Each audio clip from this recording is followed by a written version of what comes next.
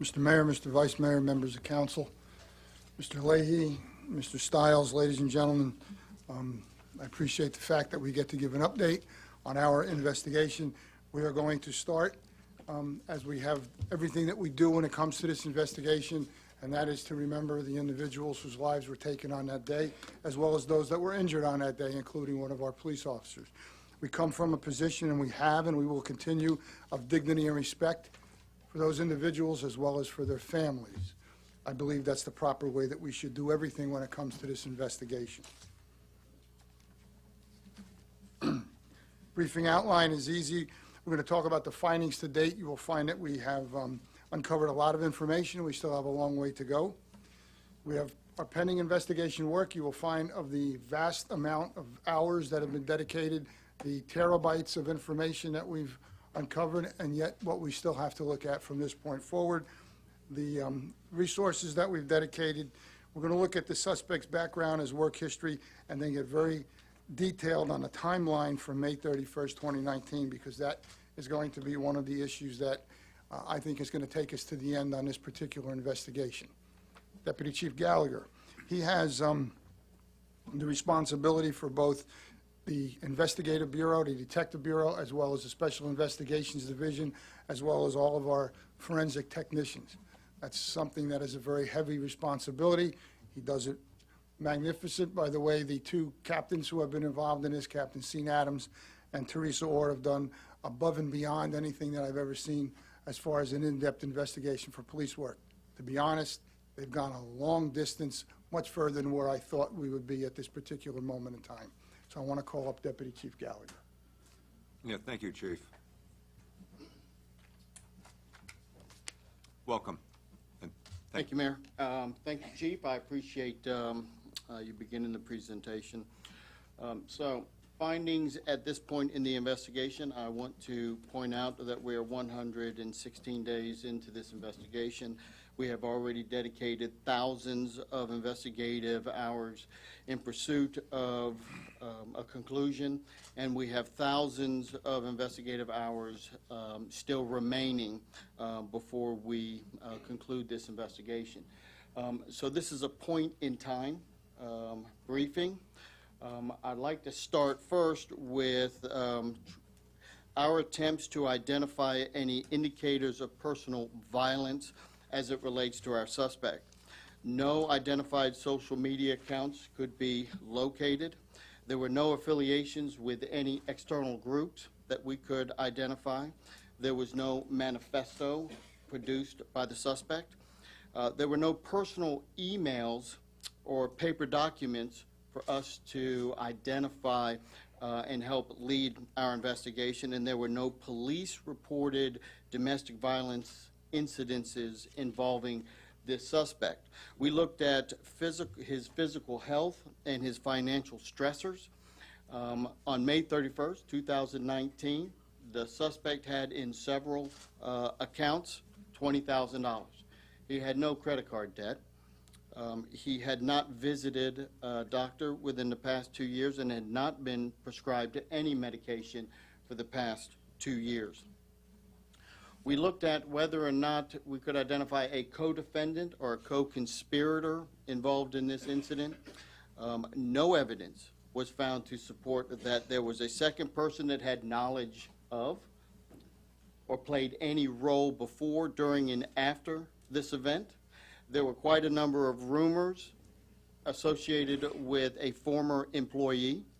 Our investigators thoroughly investigated all leads associated with that former employee, and he was cleared of any involvement associated with this incident.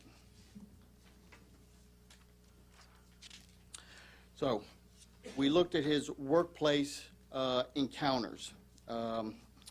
There were no documented threatening encounters or physical contacts between our suspect and any person in his workplace. He was actually described by many that we interviewed as quiet, polite, nice guy, and a good listener. We looked at workplace violence indicators. We could identify no pre-attack indicators. We could find no pre-assaultive behaviors. And we found no mental health treatment whatsoever involving this suspect. I mentioned we are 116 days into this investigation. Each and every one of those days, we have asked the question, why? Why did this suspect do what he did? We are still looking to determine motive, and we will continue to try to identify why our suspect did what he did.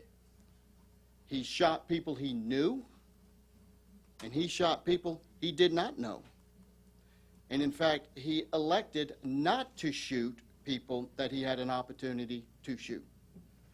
We looked at the demographics of the victims to try to determine if there was any pattern. He shot 6 women and 10 men. And as you see on the display, the racial demographics of those individuals. So, our investigative work product. We have reviewed so far 5.384 terabytes worth of computer data over the past 116 days. We have another 6 terabytes of computer data that we still have to review, totaling almost 3.5 terabytes worth of information. I cannot tell you how large that number is. It is huge. We have asked the FBI Behavioral Analysis Unit to assist us in trying to identify what was going on in the minds of our suspect. They are currently utilizing all the suspect's history and information that we've gathered and what they've gathered. They will provide us with a post-case analysis and a threat assessment. We do not know when that work product will be provided to us. The FBI's evidence response team, as you know, spent quite a bit of time in Building 2, reconstructing the scene. Their final work product will not be completed and provided to us, likely not for the next 6 to 9 months. We, the Virginia Beach Police Department, have completed 99% of all interviews associated with our investigation. And our final report is likely not going to be complete for at least another 6 to 9 months. So what have we done? We have interviewed 757 witnesses and produced over 3,000 pages of investigative work product. 2.33 terabytes of data has already been generated by our investigative task force in association with this investigation, and we have generated over 50,000 computer files in support of our investigation. The Virginia Beach Police Department is not new to criminal investigations. We have investigated very complex criminal investigations before in the past. What we've learned here is that we exceeded the capacity of Microsoft Word to hold all of our investigative work product at this point. I did not know that was possible. I share that with you for context to let you know the amount of work being produced. So what does our task force look like? We have assigned 4 full-time criminal investigators to our task force. We hired back 5 former investigators to assist in this investigation. We have assigned 2 supervisors to oversee the investigation. We have dedicated at a minimum of 440 investigative work hours per week. And we still rely on the support of outside agencies and other Virginia Beach police staff when needed. The infrastructure of our task force, they are assigned and we move them into a separate, isolated workspace that is secure. Not even the chief or I have access to this room. That is how secure that is. We're utilizing specialized computers and computer software to help us manage the investigation, and a centralized data collection point has been established. I want to talk about the police response on May 31st, 2019. So at 4:06 and 32 seconds, that's pretty precise. I know this because these are computer CAD timestamps. A dispatcher in ECCS receives the first 911 call. At 4:08 and 19 seconds, a dispatcher broadcasts over Channel 1 an active shooter in Building 2. At 4:08 and 49 seconds, we receive our first description of what the suspect looks like.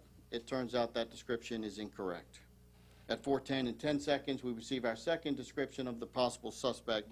He is described as a black male, bald, wearing a blue polo shirt. This actually is, in fact, a correct description. The police will enter Building 2 at 4:10 and 19 seconds. That is 3 minutes and 47 seconds from the time the dispatcher picks up the phone and we enter the building. That is also exactly 2 minutes between the time the call is dispatched to our personnel and when we enter that building.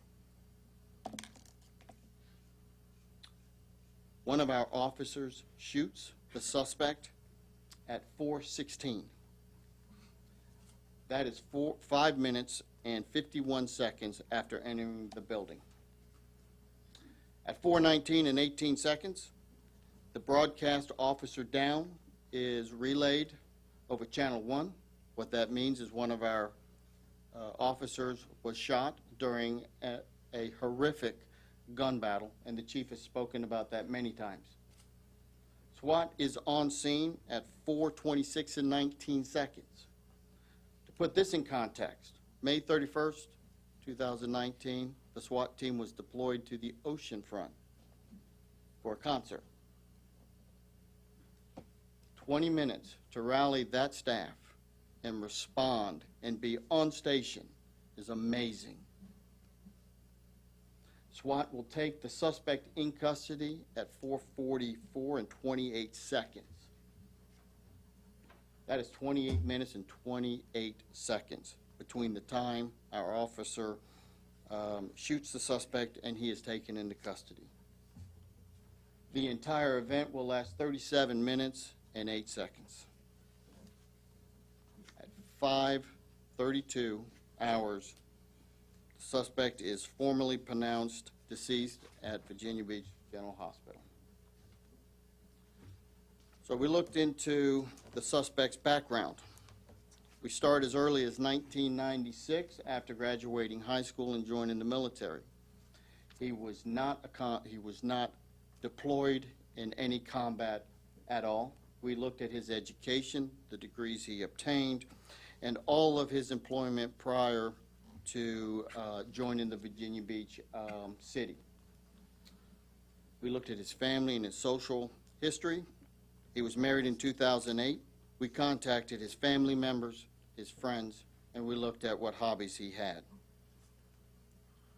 Goes without saying, the suspect had access to a firearm. In fact, he had access to quite a few firearms. In 2016, he purchased 4 guns legally, and he purchased yet a 5th on December 2017 legally. He obtains a concealed weapons permit in April of 2016. He applies for and receives a suppressor permit in August of 2017, and he ordered body armor, which a lot of people might understand it when we talk about bulletproof vests. He orders that in April of 2019. I should point out that that delivery did not occur prior to May 31st, 2019. In 2017, the suspect was separated and divorced. He became isolated from his family, and his family described him as introverted, paranoid, and uncomfortable around people. We looked at his work performance and his job history. He was hired by the City of Virginia Beach on February 20th, 2010 as an Engineer 2. He progressed to Engineer 3 on August 16th, 2011. From 2010 to 2016, he meets performance standards on his annual or yearly performance evaluation. In 2017, he also meets performance standards on his annual evaluation. However, he was placed on and completed a performance improvement plan.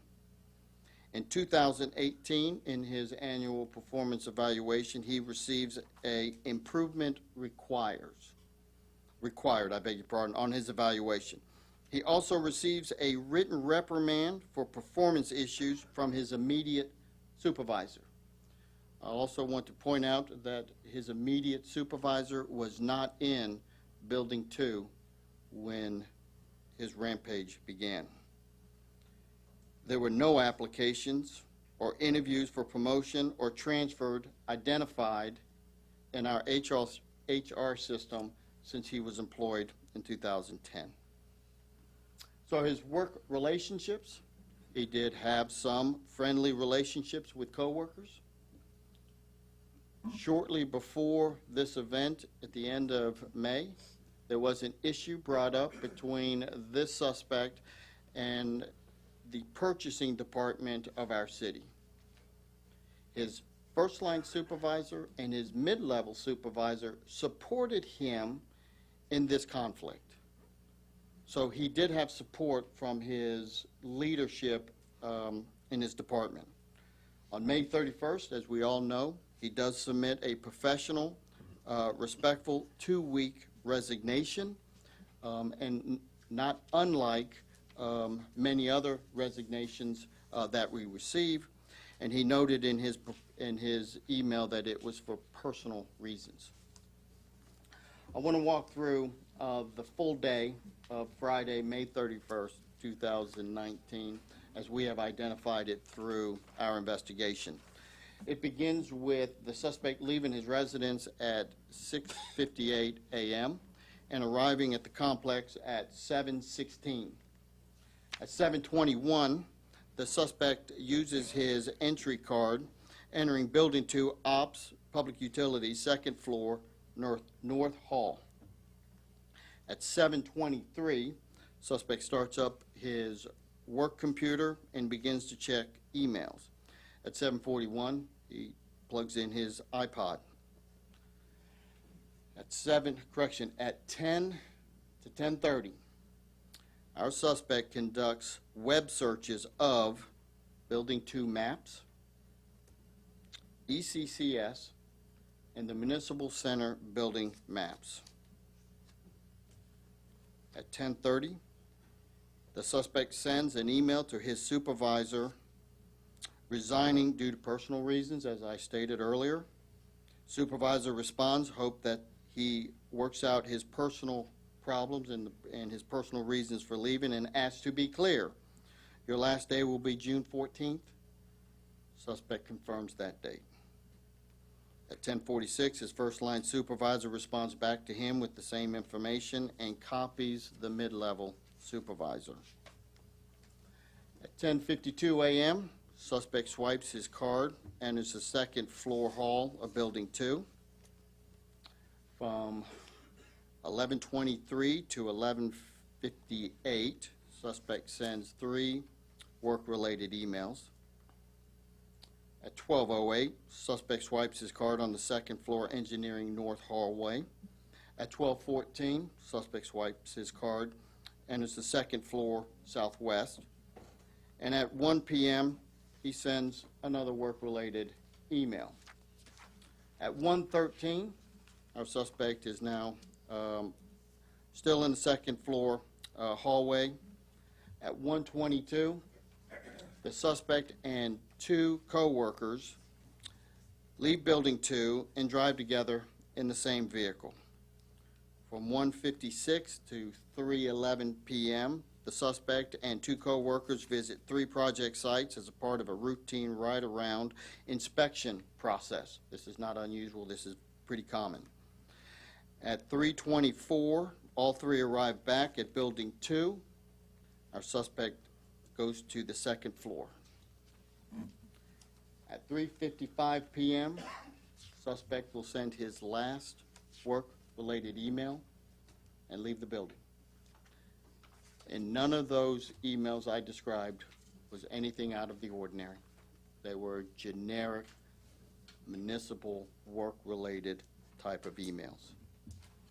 The suspect leaves through the south exit of Building 2. He will go to his car and he will retrieve a gun. What I will describe next is the suspect's movements, estimated based on witness interviews, key card records, and reenactments. As we know, Building 2 has 4 floors. The basement, 1st floor to the 3rd floor. The 3rd floor is actually the 4th level in the building. So I want to make sure that I contextualize that correctly.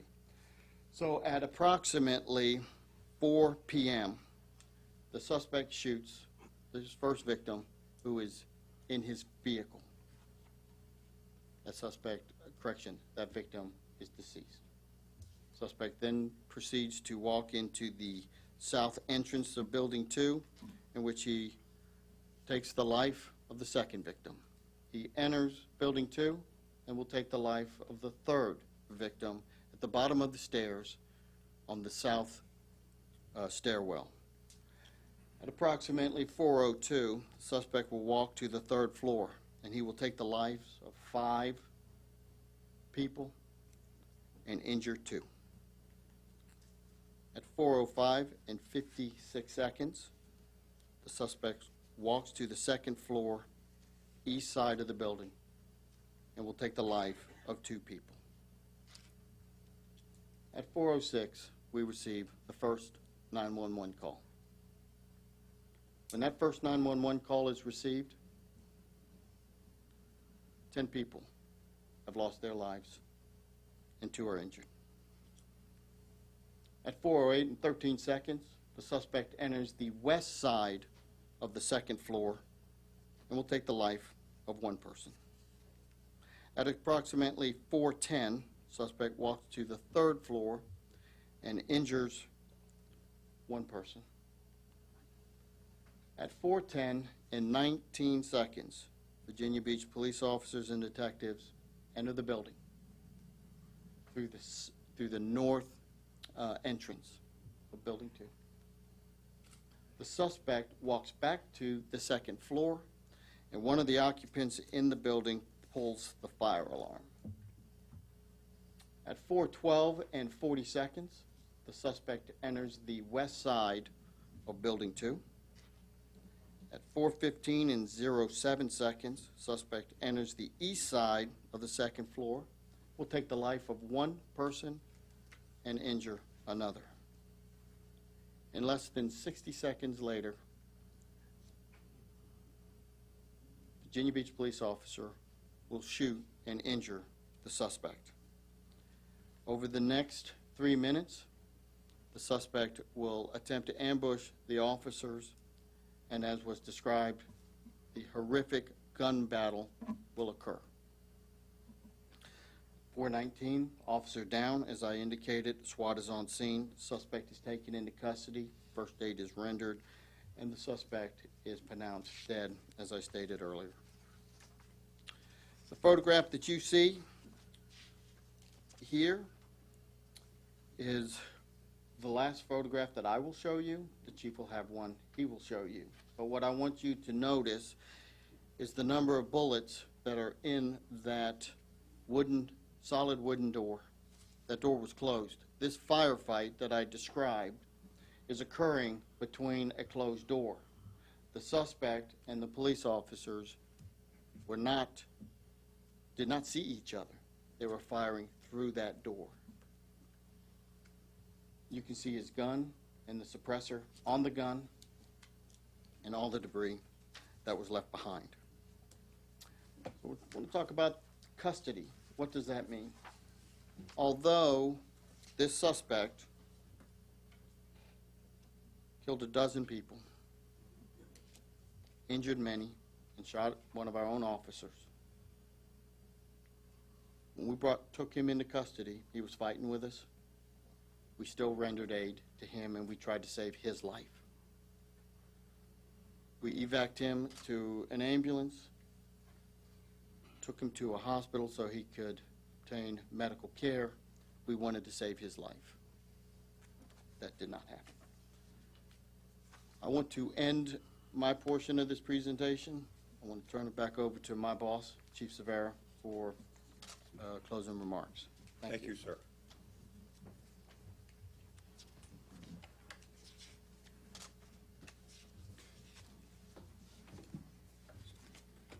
Two things that I want to close with, especially on the initial response. First of all, ladies and gentlemen, I think what you've just heard is a very in-depth investigation that's going on at this time, and that will continue to go on at this time.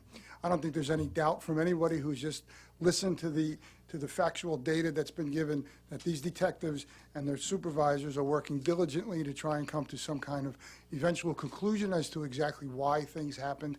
We may never get there, but it's not from lack of trying. After everything that happened, we immediately set up what's known as a unified command. I wish to discuss that just slightly. You know, you have an emergency response system that may be the best of any city of a size of ours. We work very closely together. You have the largest volunteer rescue squad system in the country, and some of those volunteers were at the scene. You have a magnificently trained fire response unit, fire department, and not only that, we have one of the best Virginia Taskforce response systems, not only in the state, in the country. Those firefighters have been around the world on a number of occasions. They're excellent in what they do. And your police department was the first to implement AEDs in the state, the first to implement Narcan in the state. We worked together, we trained together. So when the unified command was set up, it was almost instantaneous. Everybody knew exactly where they needed to be, exactly what the role was in that unified command, which is why we were able to work so close together. The FBI was inserted in the unified command, and somebody asked me, what is our memorandum of understanding with the FBI in cases like this? The memorandum of understanding was I picked up the phone, I called the special agent in charge. Next thing we know, we had 40 individuals at that scene for 10 days, working 10 hours shifts. That's our MOU with the FBI. We know exactly how to investigate cases. Not only are we investigating this case, we had a separate investigation conducted on the death of the suspect.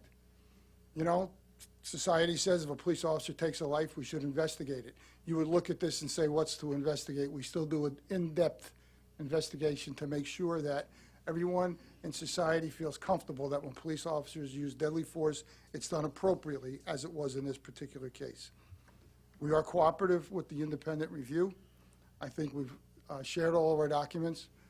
We've had interviews, as you've heard. We will continue to be totally open and cooperative with them.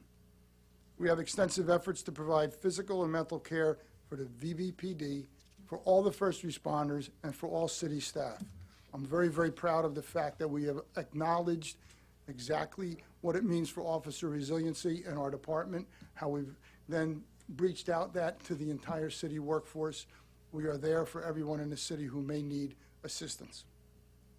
We are still in the after-action review of everything that we've done, and I will be very honest with you, we're probably more highly looking at what we do, how we do it, and when we do it than anybody else can ever look at, because we want to make sure that what we did was excellent and how we continue to move forward.